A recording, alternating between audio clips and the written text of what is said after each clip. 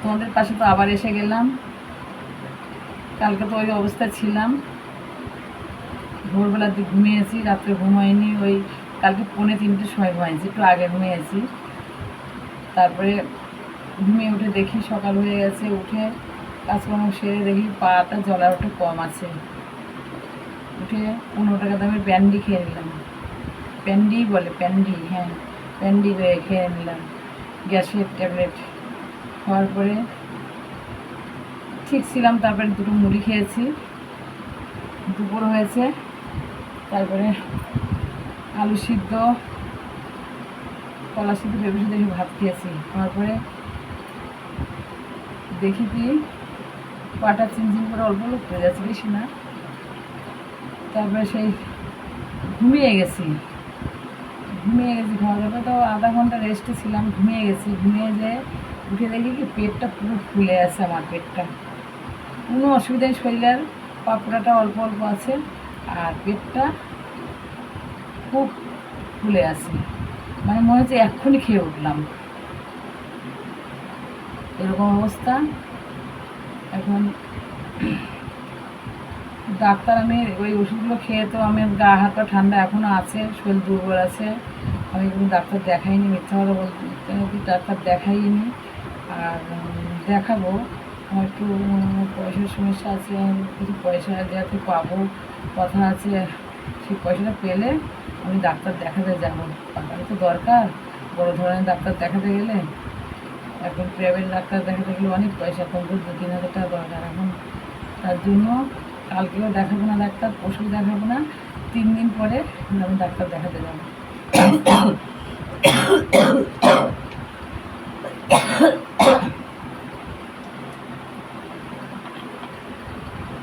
3 দিন পরে ডাক্তার দেখা যাবে। কাশি তো আছেই, ঘ্যার ঘ্যার করছে গলার মধ্যে, একটু কথা বললে এবারে কাশি উঠে যায়। আর শরীরটা এত দুর্বল, মানে কি বলবো, কথা বলতে পারি না, ভুলভাল হয়ে যায়। মনে হচ্ছে এক্ষুনি খেয়ে উঠলাম। এখন একটু সিঁড়ি ভাঙবো, একটু হাঁটাচলা করবো এবং আর ভিডিও তো ছাড়তে পারছি না। কী করে ছাড়বো? শরীর যদি সুস্থ না থাকে কী করে ভিডিও ছাড়বো? সবসময় অসুস্থই থাকছি, একটু সুস্থ হতে পারছি না। চেষ্টা করছি যে সুস্থ হবো, ভালো থাকবো, বুঝতে পারছি না শরীরটা এরকম হঠাৎ করে কেন হলো এরকম। কিন্তু আমার প্রবলেমটা যে শিরার প্রবলেম আছে। তোমাদের বন্ধু মিথ্যা কথা বলি না, আমি 6-7 বছর একভাবে নার্ভের ওষুধ খেয়েছি। শিরা প্রবলেম মানে নার্ভের দোষ এটা বলে। ওষুধ খেয়েছি, কিন্তু আমি 1 বছর ধরে ওষুধ খাই না। কেন?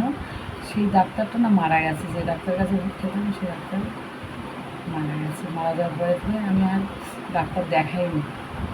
একটা ভালো ধরনের ডাক্তারের খোঁজ খবর পাচ্ছি না, নার্ভের রোগ তো দেখাইনি। ভুলে যাই, অনেক কিছু ভুলে যাই কখনো কখনো। কিন্তু এখন সুস্থই আছি, নার্ভের থেকে সুস্থই আছি। মানে আমি বেশি চাপে টাপে কাজ করি না, যেরকম মানে সংসারে কাজ করে ওরকম করি, ঠিক মতো চলাফেরা করি, খাওয়া দাওয়া মেনটেনে চলি, এইভাবে চলছি।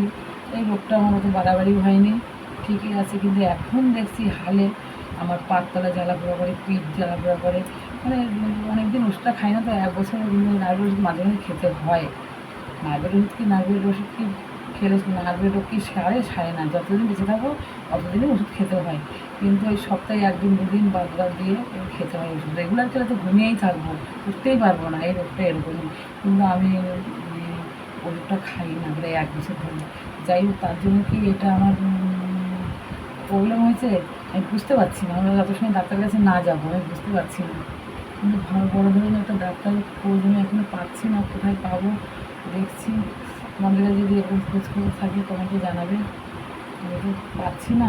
যাই হোক, আমার পরিচিত যারা নেইও অতটা, কোথায় গেলে পারে আমি বড় ধরনের একটা ডাক্তার বলবো। মোটামুটি নার্ভের পেশেন্ট আমি, একটা ভালো ধরনের একটা ডাক্তার আমি চাই, যে আমি তার কাছে যে ভালো হতে পারবো না। মোটামুটি ওষুধ খেয়ে থাকবো আমি, 12 মাস ওষুধ খেতে হবে। ওষুধটা সপ্তাহে গেলে 2 দিন বন্ধ করে, হয়তো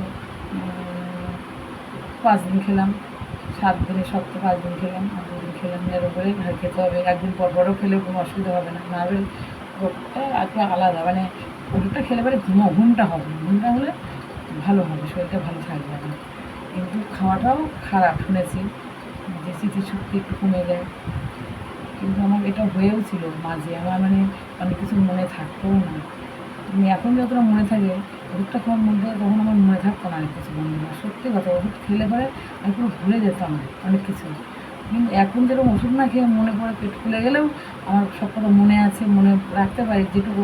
একটু ভুলভাল হয় কিন্তু অতটা না, ওষুধ খেয়ে আরও ভুলে যায়নি। তার জন্য ডিসিশন নিচ্ছি বড়খানে একটা ডাক্তার দেখাবো, দেখিয়ে ওষুধ খাবো একটু, একদিন দুদিন করবো, ওষুধটা খেয়ে যখন ভালো সুস্থ থাকতে পারি। ঘুমটাও হলো, এখন যখন ঘুমটা হচ্ছে না তখন ঘুমটা হবে, এটাই হলো প্রবলেম। তার জন্য শরীরে এরকম দেখা যায়। যাই হোক বন্ধুরা, তুমি ভালো থেকো, তোমরা সবাই ভালো থেকো। আমি যেহেতু এরকমই আছি, ভালোই আছি। আর তোমরা গোড়ালার কাছে প্রার্থনা করো আমি যেন ভালো হতে পারি। আর তোমাদের কাছে তো সবসময় আমি বলি, তোমরাই আমার সব কিছু।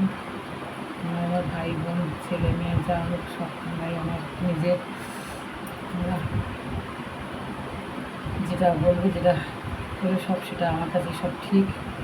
পাশে থেকো একটু।